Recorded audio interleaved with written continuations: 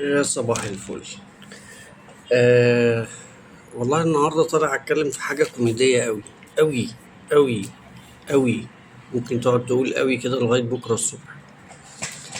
البيان اللي عامله الاهلي عايز يحاسب حكام الفار عن الماتش اللي فات، ماتش السيراميكا اللي فيه ضربة جزاء للسيراميكا. مفيش اتنين فوق الكرة الأرضية يختلفوا عليها. الأهلوية المتعصبين طلعوا قالوا ضربة جزاء، وعايزيني ما اقولش عندما تتحدث العاهرة عن الشرف تاني، ويطلع حد يقول لك الكرة عدت خط الجون، وينزلوا لك صور والجان وفوتوشوب وحاجة قرف، والبهايم ماشيين وراهم عادي.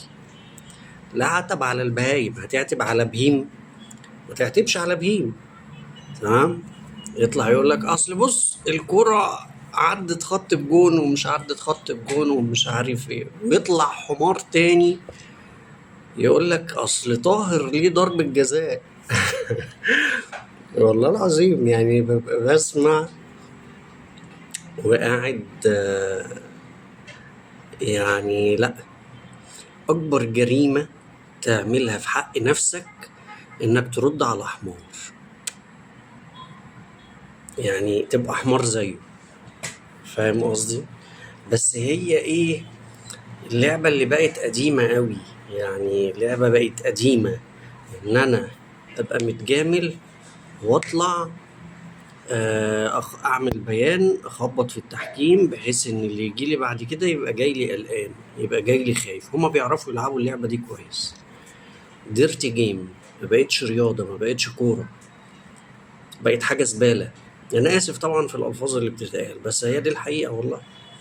مش لاقي لها حاجة تتجمل بيها اكتر من كده، مش لاقي لها حاجة. وزعلانين ان حسام غالي طالع بيتكلم عن مبادئ النادي الاهلي ومش مبادئ النادي الاهلي. ف لما حد يجي يكلمني بالعقل بسمعه، لكن اي حد من القطيع لا.